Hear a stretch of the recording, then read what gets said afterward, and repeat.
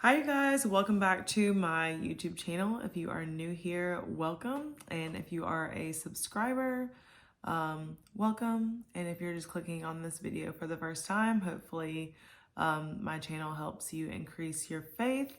I'm just here to be a vessel to help people get to know the Lord.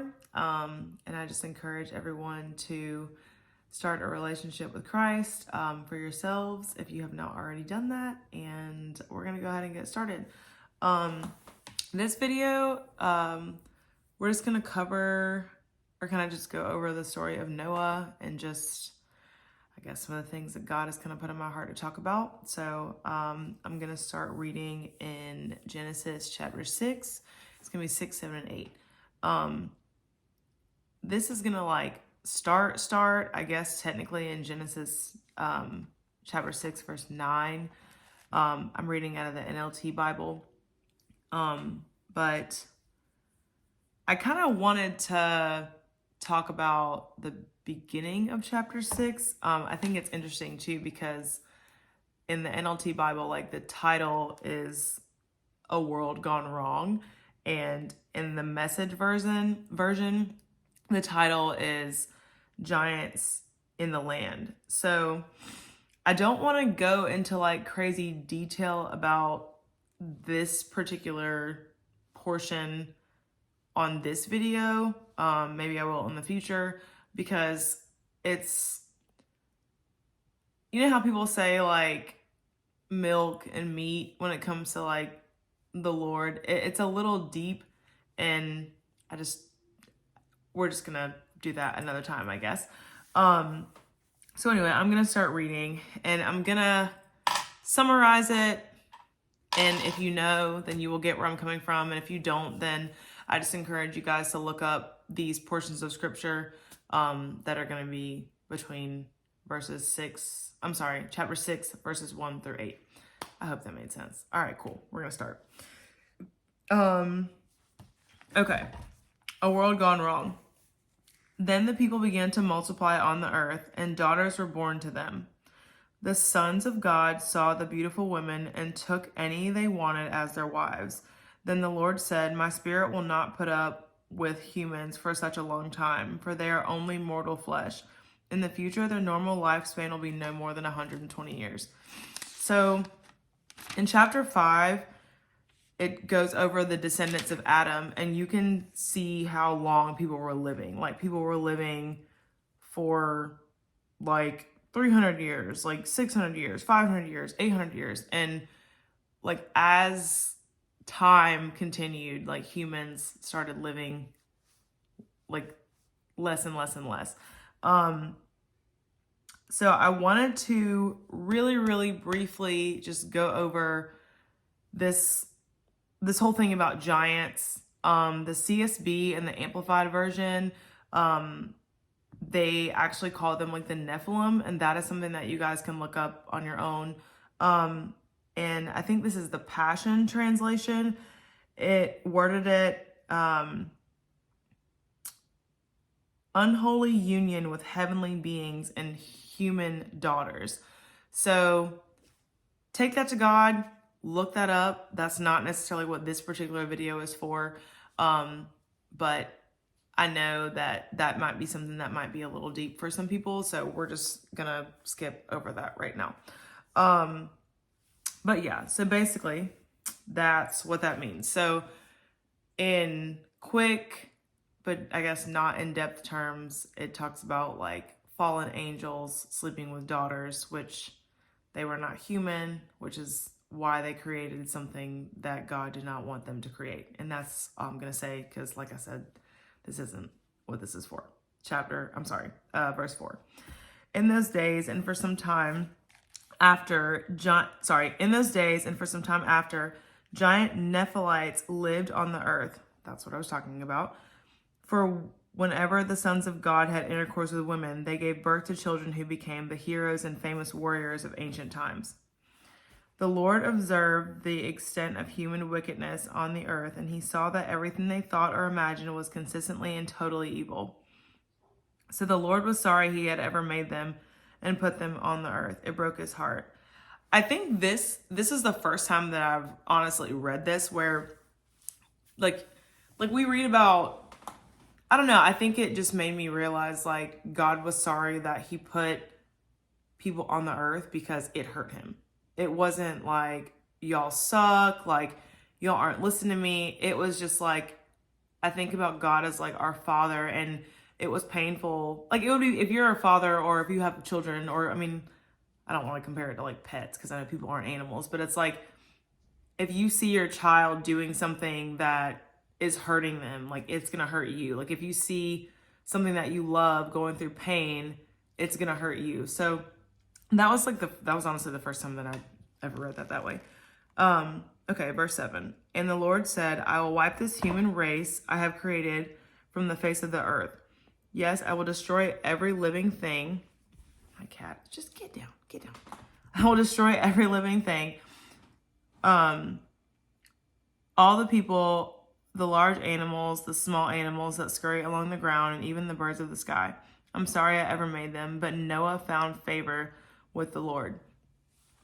So this is kind of like before the story of Noah. So basically there was just chaos and really horrible things going on in the world, but Noah found favor with God, not because he was perfect, but just because he found favor with the Lord.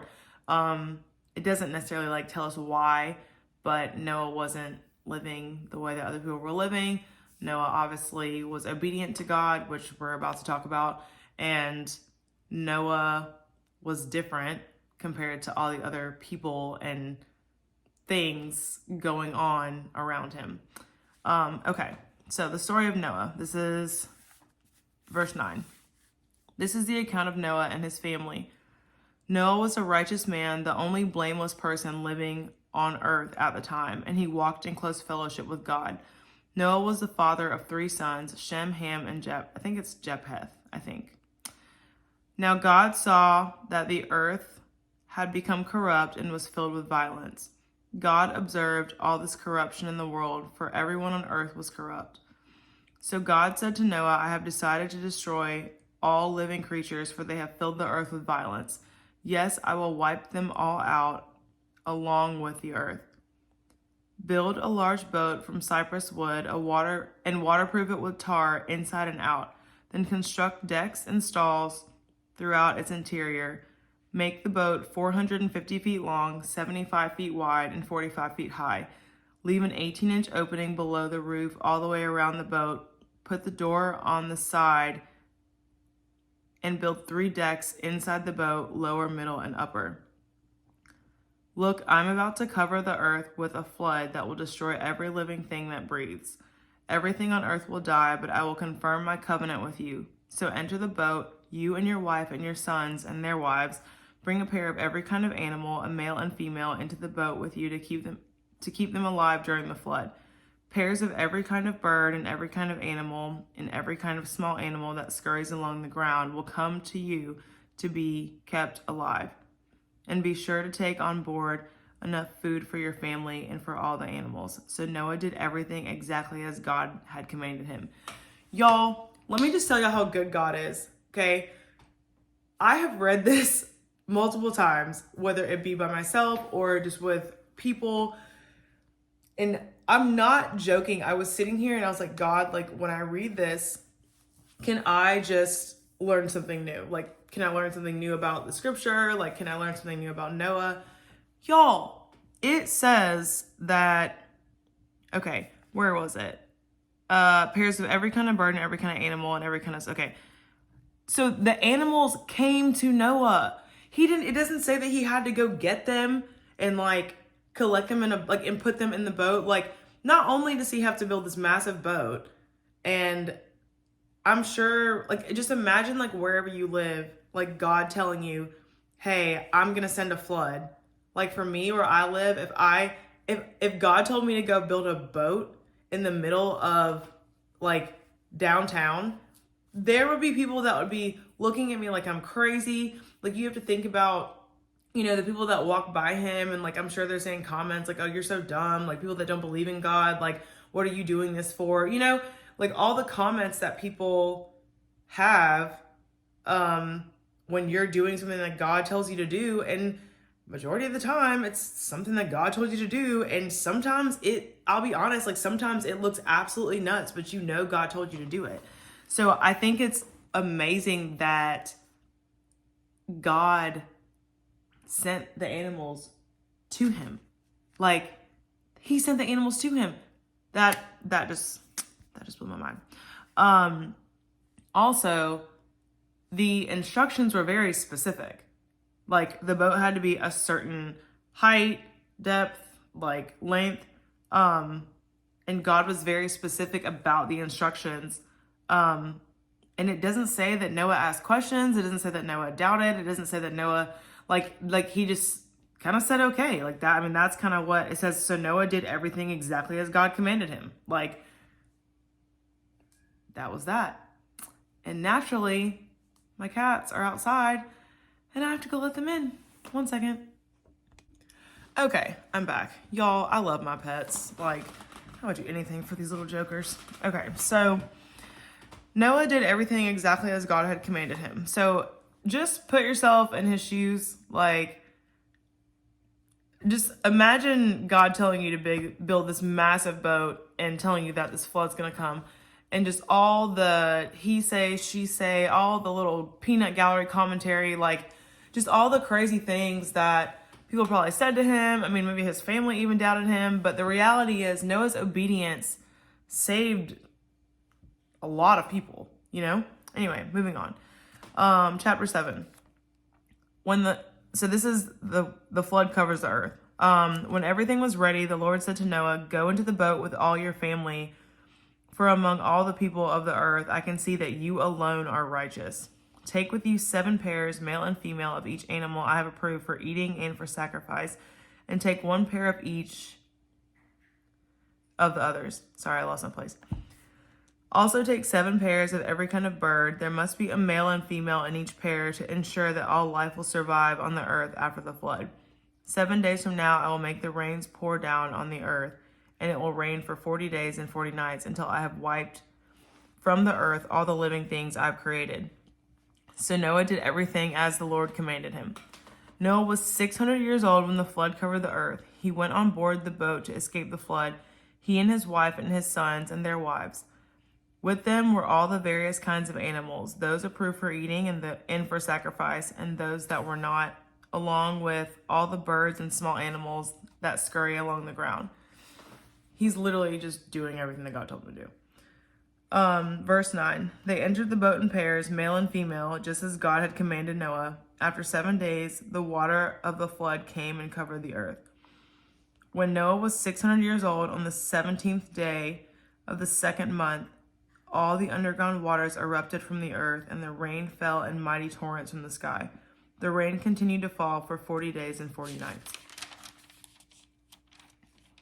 That very day, Noah had gone into the boat with his wife and his sons, Shem, Ham, and Japheth, and their wives. That very day, Noah had gone into the boat with his wife and his sons. Okay, and their wives. Okay, sorry. Just making sure I'm reading this right. Okay, verse 14. With them in the boat were pairs of every kind of animal, domestic and wild, large and small, along with birds of every kind. 2 by 2 they came into the boat, representing every living thing that breathes. A male and female of each kind entered, just as God had commanded Noah. Then the Lord closed the door behind them. And then, when I read this before, I didn't realize that it says that God closed the door. Because when you think about it, if you're in a boat, unless you have something to pull it shut. But anyway, God closed the door. God sent the animals to Noah. God closed the door behind them. I've just never thought about it like that. Verse 17. For 40 days, the floodwaters grew deeper, covering the ground and lifting the boat high above the earth. As the waters rose higher and higher above the ground, the boat floated safely on the surface. Finally, the water covered even the highest mountains on the earth, rising more than 22 feet above the highest peaks. All the living things on earth died, birds, domestic animals, wild animals, small animals that scurry along the ground, and all the people. Everything that breathed and lived on dry land died. God wiped out every living thing on the earth, people, livestock, small animals that scurry along the ground, and the birds of the sky were all destroyed. The only people who survived were Noah and those with him on the boat. And the floodwaters covered the earth for 150 days. I think it's wild how much emphasis and like how many times they repeat, or not they, like how many times the word repeats, like the things that died. There's definitely no confusion here. God wiped out everything on the earth. Yeah. And so Noah's obedience to God, like I said before, like saved his family. It saved their lives. I guess ultimately is the reason why we have animals today, because God wiped them out at first. And so if he wasn't obedient, then, we'd kind of be in trouble, I guess. But, yeah, just interesting things to think about. So, chapter 8. The flood recedes, but God remembered Noah and all the wild animals and livestock with him in the boat. He sent a wind to blow across the earth, and the flood waters began to recede. The underground waters stopped flowing, and the torrential rains from the sky were stopped, so the flood waters gradually receded from the earth. After 150 days, exactly 5 months from the time the flood began, the boat came to rest on the mountains of, I think it's Ararat. 2.5 months later, as the waters continued to go down, other mountain peaks became visible. After another 40 days, Noah opened the window he had made in the boat and released a raven. The bird flew back and forth until the flood waters on the earth had dried up. He also released a dove to see if the water had receded and it could find dry ground. But the dove could find no place to land because the waters still covered the ground. So it returned to the boat, and Noah held out his hand and drew the dove back inside. After waiting another 7 days, Noah released the dove again. This time the dove returned to him in the evening with a fresh olive leaf in its beak. Then Noah knew that the flood waters were almost gone. He waited another 7 days, then released the dove again. This time it did not come back.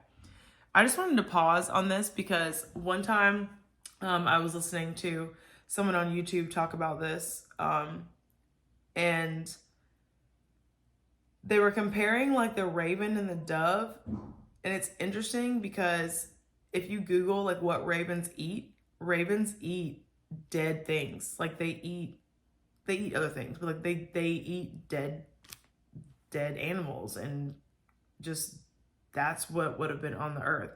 I think it's also interesting too that, like, I don't know, like depending on what background you come from, like there are specific, I guess, like symbolisms, if you will, with ravens. And to me, it was just always interesting that, like, it says the bird just flew back and forth until the waters had dried up. So the raven had no rest. And we know that it was flying back and forth, obviously, for a while because the dove couldn't find a place to land. And he had to wait 7 days for the dove to come back. That's the first time I've ever thought about that too, which is actually pretty cool. So yeah, that was just very, like, I don't know, that's kind of, I guess, like mind-boggling to me at times. Okay, so he waited another 7 days, then released the dove again, and this time it did not come back.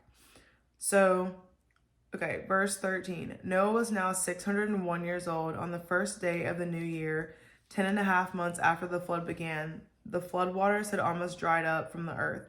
Noah lifted back the covering of the boat and saw that the surface of the ground was drying. 2 more months went by, and at last the earth was dry. Y'all, this man was in this boat for 12.5 months. Like, that's a long time to be in a boat with your family with all these animals. I'll be honest, like, I don't mean this disrespectfully, I just gotta say it, but I don't care how big that boat is. That's a lot going on. That's a lot going on. And yeah, verse 15. Then God said to Noah, leave the boat, all of you, you and your wife and your sons and their wives. Release all the animals, the birds, the livestock, and the small animals that scurry along the ground. Excuse me. So they can be fruitful and multiply throughout the earth. So Noah, his wife, and his sons and their wives left the boat, and all of the large and small animals and birds came out of the boat pair by pair. Then Noah built an altar to the Lord, and there he sacrificed as burnt offerings the animals and birds that had been approved for that purpose. And the Lord was pleased with the aroma of the sacrifice and said to himself, I will never again curse the ground because of the human race, even though everything they think or imagine is bent towards evil from childhood. I will never again destroy all living things.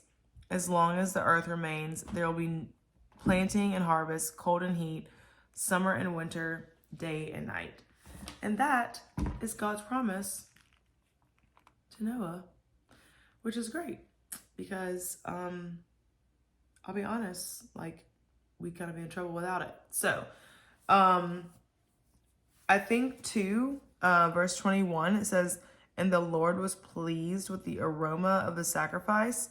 It just kind of makes me think about, I think I said this in the last video, like, do y'all not ever think about, like, if God can, like, smell sin? You know what I mean? Like it makes me think about, like, the Cain and Abel story and God, like, hearing his blood cry from the ground. It's just very, I don't know, it's kind of cool to me. Like, I don't know. I don't even know how to explain what I'm thinking about, and I'm just going to keep it to myself. So that is basically a short, quick summary. I read it, but that's the story of Noah. I don't know who needed to hear that, but I know that that was on my heart for me to talk about on here. And basically, the world was nuts. Nobody was trying to follow God. Nobody was doing the right thing. Obviously, the sons of God, if you will, were lusting after the daughters of men. So sin obviously was very much present. And I think it's also interesting that God talks about violence after he talks about, like, them sleeping with the daughters of men. And so it just kind of makes you wonder too, like, where did the violence come? You know, I don't know. Anyway, still sin. So Noah's obedience and patience, like, that's a long time to be in a boat. But yeah, so that is the story of Noah. And if he didn't do what God told him to do, things would be a lot different. And I personally just imagine him hearing from God and building this massive boat that it can't be hidden. So you know everyone sees it. It's 450 feet. And he's building this, which I don't think it tells us, like, how long it took him to build it.